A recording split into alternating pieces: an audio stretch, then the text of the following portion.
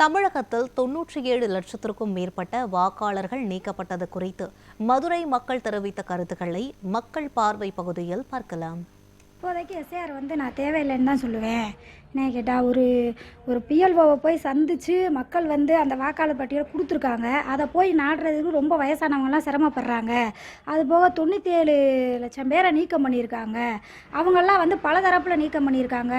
ஒன்று வீடு மாறி போனவங்க, பேர் மாற்றமானவங்க, வெளிநாடுகளில் இருக்கிறவங்க, இவங்கெல்லாம் இதை ப்ராப்பராக பண்ணலை அப்படின்னு தான் நான் சொல்லுவேன்.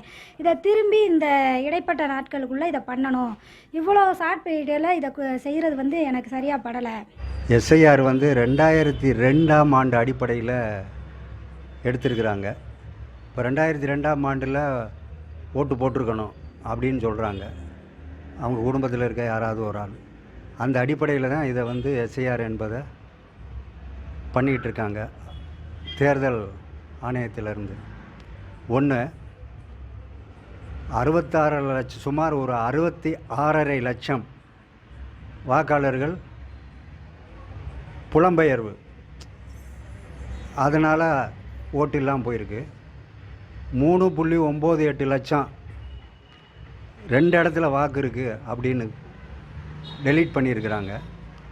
அடுத்து ஒரு 26.5 லட்சம் சுமார் இறந்து போயிருக்கிறாங்கன்னு சொல்லியிருக்கிறாங்க. ஆக மொத்தம் 97.5 லட்சத்துக்கு மேல் கிட்டத்தட்ட 1 கோடி பேர் வாக்காளர் பட்டியலிருந்து நீக்கப்பட்டிருக்கிறாங்க. இறுதியாக 5.43 கோடி பேர் வாக்காளர்களாக 19ஆம் தேதி ஜனவரி 19 வெளியிட்டிருக்கிறாங்க வரைவு வாக்காளர் பட்டியல். இதில் எழுத படிக்க தெரியாதவர்கள் அவங்க என்ன செய்வாங்கன்னு ஒரு கேள்வி. அந்த பாரத்தை பூர்த்தியே செய்ய தெரியாத ஆள் என்ன செய்வாங்க? அவங்களுக்கான உதவி என்ன? 2, அவங்களுக்கு காலையில் வேலைக்கு போயிட்டு இரவு வர்றாங்க. அப்போ அந்த வீட்டில் இருக்க முடியாது. வாடகை வீட்டில் குடியிருக்கிறவன் வருஷத்துக்கு ஒருக்கா வீடு மாற்றுறான். அப்போ அவனுக்கு சொந்த வீடற்றவர்களுடைய நிலை என்ன? இப்போ எஸ்ஏஆர் பண்ணியிருக்காங்க. அது எவ்வளவுக்கு உண்மையாக நடந்திருக்கு அப்படின்றத நம்ம பார்க்கணும். கிட்டத்தட்ட ஒரு 90 லட்சம் வாக்காளர்களை வெளியேற்றிருக்காங்க. அது வெளியேற்றுறது கரெக்டாக வெளியேற்றிருக்காங்களா அப்படின்றத இன்னும் திரும்பி ஒரு மறு ஆய்வு பண்ண வேண்டிய ஒரு சூழலில் தான் இருக்குது. இப்போ நிறையா பேர் இறந்தவங்க பேரே அந்த வாக்காளர் பட்டியலில் நிறையா இடத்துல பார்த்துருக்கோம். அது நாங்களும் வீடு வீடாக ஒரு சில ஏரியாவிலலாம் நாங்கள் பார்த்துருக்கோம். இப்போ குறிப்பாக யானமலை ஒத்தக்கடையில் ஒவ்வொரு ஏரியாவாக ஒரு சில ஏரியாவில் பார்த்துருக்கோம். அதில் இறந்தவங்க பேரெல்லாம் இருக்குது. அதை முழுமையாக வெளியேற்றணும். அதுபோக இந்த 90 லட்சம் பேர் மக்களை வெளியேற்றிருக்காங்க. அது கரெக்டாக அப்படின்றத பார்க்கணும். அதுவும் எலெக்ஷன் இப்போ இன்னும் 2 மாதத்தில் வரப்போகுது. இந்த காலகட்டத்தில் நீக்கிறது ஒரு மிகப்பெரிய ஒரு அரசியல் கட்சிகளிடையே ஒரு சோர்வு ஏற்பட்டிருக்கு. குறைந்தபட்சம் வாக்காளர்களையும் பார்த்திங்கன்னா கிட்டத்தட்ட ஒரு 97 லட்சத்திற்கு மேலான வாக்காளர்களை பேர் நீக்கம் பண்ணியிருக்கிறாங்க. அவங்கெல்லாம் போன தடவை வரைக்கும் வாக்களித்த வாக்காளர்கள் இந்திய குடிமக்கள் தான். இப்படி ஒரு மத்திய அரசு ஒரு கடுமையான ஓட்டு உரிமை பறிப்பு சட்டத்தை நடைமுறைப்படுத்தி பீகாரில் எப்படி 65 லட்சத்திற்கு மேலான வாக்காளர்களை பறிக்கப்பட்டுச்சோ அதனுடைய எதிரொலியாக தான் எல்லா மாநிலங்களையும், குறிப்பாக கேரளா பிஜேபி எங்கெல்லாம் எதிர்க்கிறாங்களோ அந்த மாநிலங்களெல்லாம் அந்த வாக்குரிமை பறிக்கிற வேலையை செய்கிற விதமாகவும், அதில் ஒரு பகுதியாக தமிழ்நாட்டில் மட்டும் 97 லட்சத்திற்கு மேலான வாக்காளர்களுடைய வாக்குரிமை பறிக்கப்பட்டதாக இந்திய தேர்தல் ஆணையமே ஒரு அறிக்கையை வெளியிட்டிருக்கிறாங்க. அது இந்த உழைக்கும் மக்களை மேலும் ஒரு படுகொலியில் தள்ளக்கூடிய ஒரு செயலாகவும் கருதுகிறோம். இது உழைக்கும் மக்களை அவருடைய வாழ்வுரிமையை பறிக்கிற மாதிரியான ஒரு நிகழ்வை நோக்கி தான் இந்த வாக்குரிமையுடைய பறிப்பு போகும் நாங்கள் கருதுகிறோம். ஏற்கனவே இந்த 90 இவ்வளோ பேர் வாக்கு நீக்கியிருக்காங்க அப்படின்னா அதுக்கு காரணம் இதுக்கு முன்னாடி இந்த தேர்தல் ஆணையத்தில் ஒவ்வொரு தேர்தலுக்கு முன்னாடி வரைவு வாக்காளர் வெளியிடுறாங்க. அப்போ அங்கெல்லாம் முறையாக செஞ்சுருந்தாங்கன்னா இந்த அளவுக்கு வந்திருக்காது. தேர்தல் ஆணையத்தின் மீது இருக்க குறைபாடை மக்கள் மீது திணிக்க பார்க்குறாங்க. ஒரே வாக்குகளை அதை அப்புறம் சரி பண்ணணும்னு நினைக்கிறாங்க. இது நீக்கப்பட வேண்டிய ஒன்றுனாலும் அதை பரிசீலித்து முறையாக நீக்கம் பண்ணணுன்றது தான் என்னோட கோரிக்கை. எஸ்ஏஆர் இங்கே வேணுமா வேணாமானா கண்டிப்பாக வேணும். ஆனால் அது அவசர கதியில் ஏற்படுத்துறது தான் இங்கே மக்களுக்கு அச்சுறுத்தல் ஏற்படுத்துது. ஏற்கனவே தமிழ்நாட்டை பொறுத்த வரைக்கும் வாக்கு சதவீதம் ரொம்ப தான் போலிங் ஆகிட்டு இருக்குது. நகரங்களில் ரொம்பவும் கம்மியாக போலிங் ஆகிட்டு இருக்குது. இது மேலும் தங்களோட வாக்குரிமையை உறுதிப்படுத்துறதுக்கு அலைச்சலை ஏற்படுத்தினா மக்கள் வாக்களிக்காமல் போகிறதுக்கு தான் வாய்ப்பு இருக்குது. உண்மையான மக்களாட்சி மலருக்கு வாய்ப்பு இந்த வட்டம் கம்மியாயிரும்.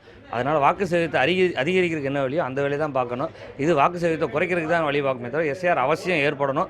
ஆனால் அது அவசர கதியில் ஏற்படுத்தாதீங்க, காலவாசம் எடுத்துக்கிட்டு ஏற்படுத்தணும் தான் என்னோட கோரிக்கை.